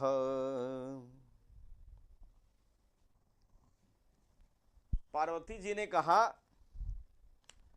कि वह पाप कर्म में रत था, और पाप कर्म के में रत होने के कारण, O daughter your weak sinful husbands Binduga, the foolish worth in mode of destitute has been to hell after his death. वह नरक में चला गया। नरक क्या है? 84 लाख नरक है। तो 84 लाख नरक है तो 84 लाख जीवनी भी है, जोनी भी है। मनुष्य एक राजा के यहां जन्म ले और वह मेंटल हो जाए तो नरक है कि नहीं? सांप, बीज, कीड़ा मकोड़ा किसी के यहां जन्म ले तो वह नरक में है। सुडान, अफगानिस्तान में जन्म ले ले तो वह नरक में है, जहां भोजन भी नहीं मिलता है। लिया तो मनुष्य के यहां जन्म हो। तो कहती है पार्वती की वो नरक में चला गया। His underwent the various tortures of hell for many years and has now become a brahma pishach due to the reduce of sin in the Vindhya mountains. वह विंध्या माउंटेन्स जो है, विंध्याचल पर्वत के पास जाकर के वह ब्रह्म पिशाच के रूप में जन्म ले लिया है। बहन सुतवाच इति गौर्जावर्च सुत्वां चंचुलासा शुभप्रता प्रति दुखे न महतां दुखितां सीतदा किल समाधाय तच्चितं सुप्रणम्यं महेश्वरीं पुनः प्रपक्षन् सा नारी हृदयेन विदूयतः।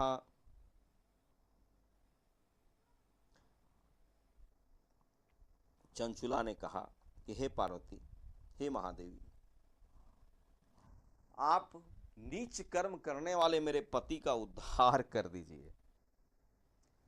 ऐसी पत्नी की तलाश करें आप जो मरने के बाद भी आपके प्रति स्नेह रखे, मारने के लिए स्नेह नहीं रखे, नीले ड्रम में डालने के लिए स्नेह नहीं रखे, पहाड़ से धकेलने के लिए स्नेह नहीं रखे, जो मरने के बाद भी आपको प्राप्त करना चाहे, ऐसी पत्नी की आकांक्षा हर पुरुष को करनी चाहिए। Hari Om. O Maheshwari, O great gods, be kind to me, please redeem my husband, ye wicked preparators of evil action through he be।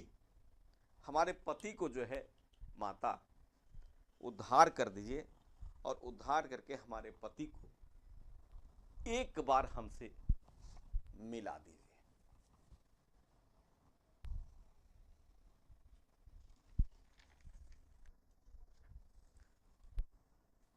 पार्वत्युवाच शृणुयादपि ते भर्ता पुण्यां शिवकथा परां नितिर्जयं दुर्गतिं सर्वा त्वद्गतिं प्राणयादिति।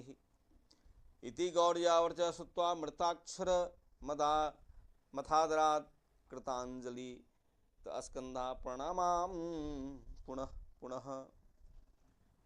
एक शब्द आता है कृतांजलि।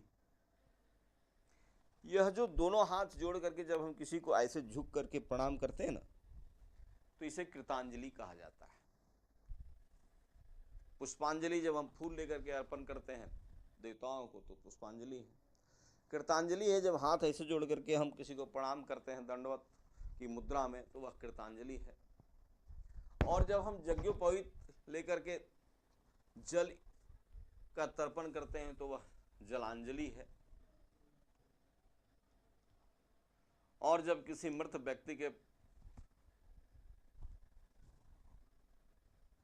फोटो पर जब फूल चढ़ाते हैं तो वह श्रद्धांजलि है। और जब हम भगवान की भक्ति करते हैं और भगवान की कथा सुनते सुनते जब मेरी आंखों से आंसू आने लगती है तो वह प्रेमांजलि है। आज प्रेमांजलि और कृतांजलि के बीच जो है वह चंचुला है। पार्वती से प्रार्थना करती है कि मेरे पति को आप जो है वह मुक्ति दिला दो। चंचुला को एक ऐसा गुरु मिला है जो चंचुला के मृत पति को भी वापस लाने की ज्ञान प्रदान किया है। जिस पति ने चंचुला को सेक्स स्लीपर में धकेला था, वह चंचुला अपने पति को प्राप्त करने के लिए शिव से, पार्वती से प्रार्थना करती है। चंचुला ऐसा क्यों हुई? चंचुला को एक जो है वह गुरु मिल गया। शिष्य तो ऐसा चाहिए जो गुरु को सब कुछ दे, गुरु भी ऐसा चाहिए जो कौड़ी ना ले। आजकल के गुरुजी तो सब इंटरनेट से पैसा मंगाते हैं। शिष्य को चाहिए कि वह अपने सब चीज गुरु को समर्पित कर दे, लेकिन गुरु को ऐसा चाहिए कि अपने शिष्य से एक कौड़ी भी ग्रहण न करे। शिष्य प्रज्ञैव क्रोधस्य कारणम गुरु वाक्यतः। अब शिष्य सब गुरु पर डिपेंड नहीं करता है, कुछ चीजें जो है वह शिष्य के प्रज्ञा पर भी डिपेंड करता है। और चंचुला की जो प्रज्ञा है, वह जब शिवपुराण की कथा सुनी तो शिवपुराण की कथा सुनने से चंचुला की प्रज्ञा जो है वह चमत्कारिक रूप से उज्जवल हो उठी। और जब उज्जवल हो उठी तो वह शिव की भक्ति में डूबी। शिव की भक्ति में डूबी, जिस मंदिर में जाए उसी मंदिर में सफाई करे, जिस मंदिर में जाए उसी मंदिर के चारों तरफ झाड़ू लगावे, जिस मंदिर के पास जाए उसी मंदिर के पूरे जमीन दीवार को पोंछ पाछ करे, वहां के आचार्य से पूछे कि मुझे क्या करना है इस मंदिर में, आप यह बताइए। ये प्रज्ञता प्राप्त हो गई चंचुला को। और चंचुला को जब प्रज्ञता प्राप्त होता है शिष्य को, तभी गुरु उसको कुछ दे सकता है। और शिष्य में प्रज्ञता प्राप्त नहीं है, या शिष्य के कुंडली के लग्न चतुर्थ दशम नवम भाव में गुरु की स्थिति अच्छी नहीं है, तो वह योग्य शिष्य नहीं बन सकता है जन्म कुंडली के आधार पर। क्योंकि गुरु जो है वह क्या किया, ब्राह्मण ने क्या किया? ब्राह्मण ने वही किया गीता के आधार पर, सर्वधर्म परित्यज्य मामेकाम शरणं व्रज यहं त्वा सर्व पापेभ्यो मोक्षा वपि अज्वा। जो सभी कर्म को छोड़कर भगवान के शरण में शरणागत हो जाता है, भगवान उसको अपना लेते हैं। गीता यह कहती है सर्वधर्म परित्यज्य मामेकाम शरणं व्रज। और तब क्या है? दुर्लभो विषय त्यागो दुर्लभम तत्व दर्शनम सहजो सहजावस्था सद्गुरो करुणम पिता। और जब सद्गुरु आपको मिले, योग्य गुरु मिले, किसको? चंचुला को। आपको भी, आप भी गुरु की खोज में रहिए। तो क्या होता है? दुर्लभो विषय त्यागो दुर्लभम तत्व दर्शनम। जो दुर्लभ विषय का भी त्याग हो जाता है और दुर्लभ विषय भी उसे प्राप्त हो जाता है, दोनों चीजें। दुर्लभम तत्व दर्शनम, जो तत्व का दर्शन दुर्लभ है वह भी सद्गुरु की दिशा निर्देश से प्राप्त हो जाता है। चंचुला की यह कथा आज कह रही है। दुर्लभो सहजावस्था सद्गुरो करुणा बिना।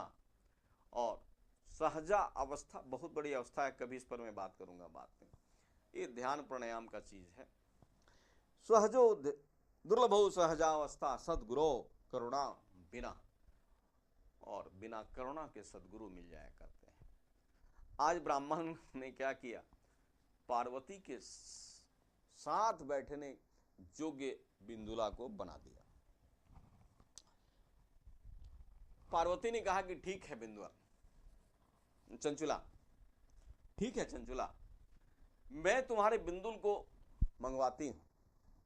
और तुम्बुरु नामक एक गंधर्व थे। तुम्बुरु गंधर्व को पार्वती ने कहा कि ऐसा करो, आप चले जाओ विंध्याचल पर्वत पर, वहां जो है ब्रह्म पिशाच के रूप में बिंदुल ब्राह्मण जो है पड़ा हुआ है और वह हवा पीता है। और वह हवा पी करके वहां रह रहा है। बिंदुल नामक ब्राह्मण ब्रह्म पिशाच के रूप में। खाना पीना तो पिशाच लोगों को मिलता नहीं है, देखने के लिए मिलता है, उनके भूख है। तो तुम जाओ वहां और शिव पुराण की कथा उसको सुनाओ 9 दिनों तक, जहां है वह ब्रह्म पिशाच। उसको यह कथा यह कहती है कि जिस घर में पिशाच हो, खरीस हो, भूत हो, प्रेत हो, जिस घर में अकाल मृत्यु हुई हो, उस घर के लोगों को चाहिए कि वह अपने घर में, अपने गांव में, अपने शिव मंदिर में जो है वह इस शिव पुराण की कथा अगर सुनते हैं, सुनवाते हैं,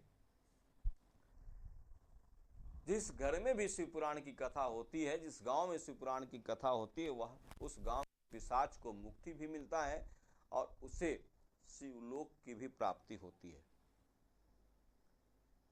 कई तरह के पिशाच होते हैं, ब्रह्म पिशाच है, खरीस है, जीन है, जिनाट है, डाकिनी है, साकिनी है, भूत है, बेताल है, मुंज है, आल है, खबीस है, अल दिब है, अल सुबयाम है, कुरीन है, पाली है, सिला है, गुल है, सयातीन है, मारिद है, इफ्रारिट है।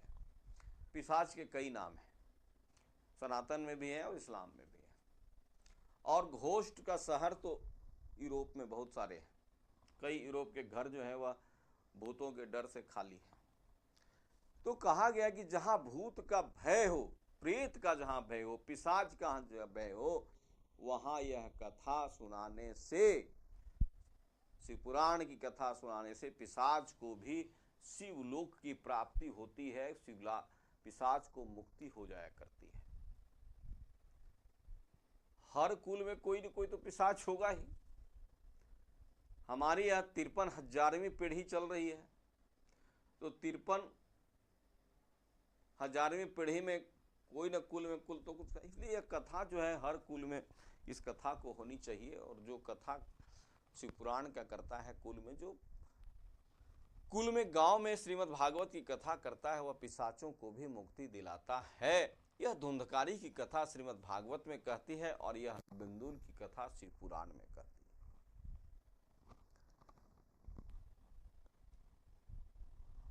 तो आए, और जब यहां आए, हरिओम, सुत जी ने कहा, सुतवाच इत्यादिष्टो महेशाणां गंधर्वेश्च तुम्बरो मुमेदत्तिवं मनसि भाग्यम निज वर्णयत यारुह्य सुविमानं च सत्या तत्प्रियासः। तुम्बरु जो है वह यहाँ आए और पिशाच को बिठा करके, पिशाच के गांव के लोगों को बिठा करके 9 दिनों तक उन्होंने शिव पुराण की कथा कहा। और 9 दिनों तक शिव पुराण की कथा कहने से, तुम्बरु को के द्वारा कथा कहने से जो ब्रह्म पिशाच था, कौन, बिंदुल चंचुला का पति, उसके प्रेतत्व की विमुक्ति हो गई। और प्रेतत्व की विमुक्ति होने के बाद वह जो है कहा गया, Hariom,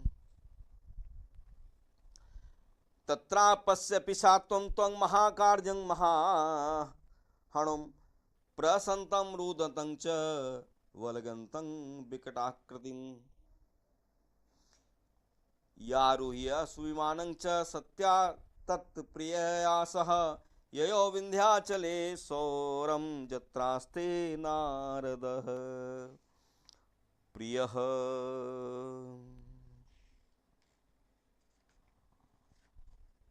Hariom. तुम्बरो,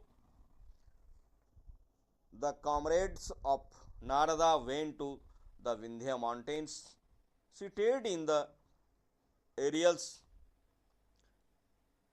chariots in the company of Chanchula, the sinless women, and saw the Pisach laughing, crying, and lauding, shouting. By turn, his body was very hugs, his jaw were immensely large, and his form was very cooked. वह पिशाच जो है वह सुंदर शरीर में आया और वह क्या, विंध्याचल को छोड़कर तुम्बरु के साथ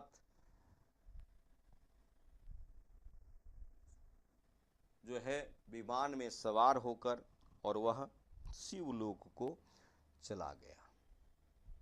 भागवत में एक ऐसी कथा है अजामिल की, और शिव पुराण में यही कथा है बिंदु और चंचुला की। यह कथा जो है गुणधर्म की कथा है कि भगवान का गुणधर्म है अपने भक्तों को तारना, क्वालिटी एंड ड्यूटीज जो है वह भगवान का है भक्तों के प्रति।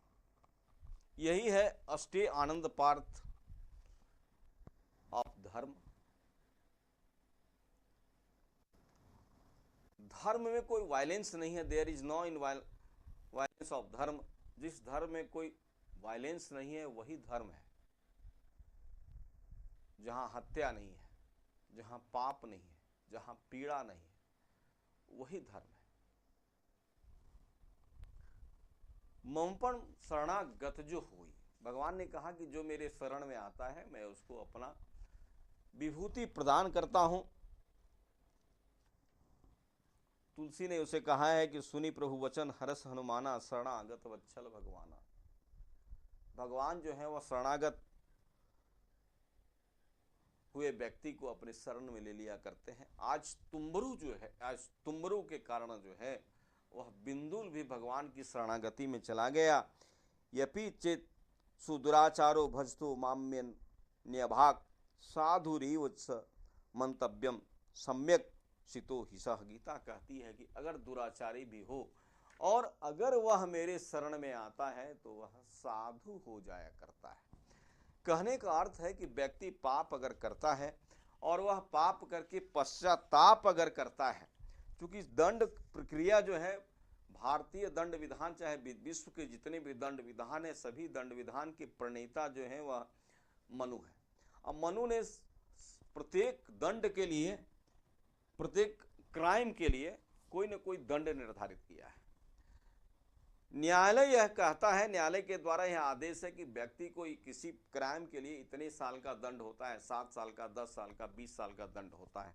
तो 20 साल तक वह जब तक जेल में है तो उसको ये अनुभूति हो जाए, उसको ये पश्चाताप हो जाए कि मैंने जो पाप किया है, मैंने जो क्राइम किया है वह मैंने गलत किया था। और जब वह पश्चाताप कर लेता है क्राइम का, अपनी घटनाओं का, अपने बीते जीवन के दुर्दांत कहानियों का, तब ईश्वर भी उसे क्षमा कर देता है। जब उसकी आत्मा जगती है तभी वह पश्चाताप कर सकता है, वरना पश्चाताप नहीं कर सकता है। और इसी पश्चाताप के लिए उसे बरसों जो है वह जेल में रखा जाता है कि 20 साल में कभी तो इसको पश्चाताप होगा कि मैंने जो किया था वह गलती किया था। बाकी शरीर को तो दंड दिया जाता है, आत्मा तो पश्चाताप से ही मुक्ति प्राप्त कर सकती है। यहां क्या हुआ, यहां वह शिवलोक को चला गया। कौन? बिंदुल। और कहते हैं कि तदंतर शिव पुराण पारायण करने का निश्चय करके तुम्बरु वहां से महोत्सव पूर्वक तैयारी की। पार्वती की आज्ञा से पिशाच को शिव पुराण सुनाकर मुक्ति दिलाने के लिए तुम्बरु विंध्य पर्वत पर आया। इस प्रकार की चर्चा तीनों लोकों में हो गई। अतः उस कथा को सुनने से शीघ्र ही देवर्षि गण भी आ गए। यहाँ आश्चर्यजनक भीड़ हो गई जो सभी के कल्याण के लिए था। उस पिशाच को भी रस्सियों से बांध कर उस स्थान पर बैठाकर गंधर्व राज तुम्बरु बीना को हाथ में लेकर बीना बजाते हुए गौरीपति भगवान शिव जी की कथा का गुणगान किया। हाथ पैर बांध करके तुम्बरु को जो है बिंदुल को कथा सुनाया गया, बांध कर जबरदस्ती, क्योंकि पिशाच था, भाग जाता था। पिशाच जो होंगे वो भगवान की भक्ति क्यों करने जाएंगे? आज भी पृथ्वी पर बहुत सारे ऐसे पिशाच हैं, भगवान की कथा होगी तो वहां जाएंगे नहीं। अरे नहीं नहीं, कथा तो मैं सुन लेता हूँ, हमारा मन तो बड़ा हृदय है, निर्मल है, काहे को मंदिर जाएंगे? तो समझिए कि इस युग के वैसे लोग जो हैं, जो मन को हृदय, अपने घर में ही मन को हृदय निर्मल बताते हैं, वह पिशाच से कम नहीं है। और ठीक है, मेरी हो सकती है, इसमें आप लोग मेरी क्रिटिसाइज कर सकते हैं। अरे ये हार्ड मांस का हृदय है, इसको कैसे तुम निर्मल कर सकते हो भैया? थोड़ा सा पीप गिरेगा तो तुम्हारा बेटा, तुम्हारा बेटी, तुम्हारी पत्नी तुम्हारे पास नहीं रहने वाली। कोरोना में आपने देख लिया, ये तुम्हारा हृदय निर्मल कैसे हो गया? इसका मतलब हो कि तुम कंजूस हो, तुम पापी हो, तुम दुराचारी हो, तुम ईश्वर के समक्ष जाना नहीं चाहते हो। और तुमको ले जाने के लिए बिंदुला जैसी पत्नी चाहिए जो पार्वती से कह के तुम्बरु को बेचकर हाथ बांध पैर बंधवा कर और शिव पुराण की कथा सुनाए। कम से कम तो बिंदुला जैसी पत्नी की प्राप्ति की कोशिश तो करो।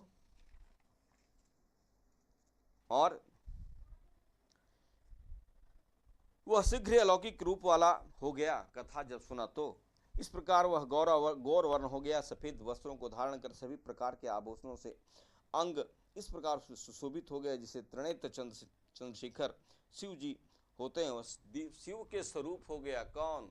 वह ब्राह्मण सेक्स स्लीपर। बिंदु ने। इस प्रकार वह दिव्य शरीर धारण करके चंचला पत्नी के साथ स्वयं ही पार्वती पति शिव जी के दिव्य चरित्र का गान करने लगा।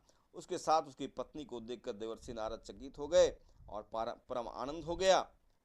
कहते हैं कि शिव पार्वती ने बिंदु का उचित सत्कार किया। उसके बाद शिव जी ने बिंदु को अपना गण बना लिया और पार्वती ने उस चंचला को प्रेम से अपनी सखी बना लिया। उस परम आनंद देने वाले अत्यंत प्रकाशमान शाश्वत लोक में स्थायी निवास को प्राप्त कर वे दोनों पति पत्नी परम सुख को प्राप्त किए। इस प्रकार पुण्यदायक तथा पापनाशक इतिहास सुन तुमसे मैंने कहा। सौनक कहते हैं सूत जी से, सूत जी कहते हैं सौनक से, यह इतिहास शिव और पार्वती के परम आनंद और निर्मल भक्ति को प्रदान बढ़ाने वाला है। जो इस शिव पुराण को भक्तिपूर्वक सुनता है अथवा एकाग्रमण होकर इसका पारायण करता है, वह इस लोक में अनेक प्रकार के सुख भोगों को भोग कर अंत में मुक्ति और मोक्ष को प्राप्त कर लेता है। पारायण का अर्थ है कि इसमें 24,000 श्लोक हैं, 24,672 श्लोक हैं शिव पुराण में। शिव पुराण में 464 अध्याय हैं और शिवपुराण में 7 संहिता है। तो 9 दिनों में जो व्यक्ति या नहीं तो 9 दिन में यह पूरा करे, या तो 1 मास में सावन में पूरे सावन बैठ करके शिवपुराण का पाठ करे, पारायण का पाठ करे। चाहे हिंदी जानता हो तो हिंदी का पाठ करे, संस्कृत जानता हो तो संस्कृत का पाठ करे। आजकल तो अंग्रेजी की भी किताब एडिशन आ गई है, वह चाहे तो अंग्रेजी का पाठ करे। तो यह जो श्लोक है 24,672 श्लोक और जो 464 अध्याय है, इसके पूरी पाठ करने को एक पारायण कहते हैं। और जहाँ शिवपुराण की कथा होती है वहाँ पारायण होनी चाहिए। और पारायण करने के लिए चूँकि मुश्किल है, आजकल के लोग बड़ा मेहनती नहीं हो पाते हैं। पहले मैंने देखा था अपने ग्रैंडफादर वगैरह को, मैं देखता था कि वो सुबह 6 बजे से पारायण करते थे 2 बजे तक, और 2 बजे के बाद फिर 4 बजे से कथा बैठते थे 8 बजे तक। लेकिन अब ऐसा है नहीं। तो अगर जब भी आप शिवपुराण की कथा कहीं कराएं तो निश्चित रूप से 2 सिटिंग में 2 आचार्य को पारायण करने के लिए रखें और 1 आचार्य जो है वह कथा करें। 3 और संभव तो 2 और रख लें जो मंत्र जप करने वाले हों, महामृत्युंजय जप करने वाले हों, पूजा पद्धति को संचालित करने वाले हों। तो अधिकतम रूप से 5 आचार्य अगर आपके मंडप में हैं तो शिवपुराण बड़ी सरलतापूर्वक हो जाया करती है। अगर 11 या 11 आचार्य आप रखेंगे तो क्या होगा, किसी दिन रुद्राभिषेक भी होगा, किसी दिन रुद्राष्टदायी की पाठ भी होगी, किसी दिन और मंत्रों का जप होगा, हवन होगा। तो इस तरह से कम 5 अधिक से अधिक 11 ब्राह्मण, उसे आप जितना आगे बढ़ा सकते हैं अपने समर्थ के अनुसार, इतना आप करके शिव पुराण के पारायण को आप अपने घर में पूरा जरूर करें, अपने शिव मंदिर में पूरा जरूर करें। अगर कुछ भी नहीं होता है तो आप एक ब्राह्मण को लाइए। ब्राह्मण आपके यहाँ बैठे 11 दिन, 5 दिन, 5 दिन, 11 दिन, 9 दिन, महीना दिन, 41 दिन, 51 दिन, 365 दिन तक शिवपुराण का केवल संस्कृत का पाठ करे, चाहे संस्कृत का हिंदी का पाठ करे, यह भी एक पारायण पूरा हो जाया करता है। तो इस तरह से आज इति स्कांदे महापुराणे शिव पुराण महात्म्य बिंदु सदगति वर्णन नाम 5वां अध्याय, यह बिंदु के सदगति का 5वां अध्याय का विश्राम अब मैं लेता हूँ। अगले एपिसोड में पुनः मैं आपको मिलूंगा। हरि ओम तत्सत, हरि ओम तत्सत, हरि ओम तत्सत।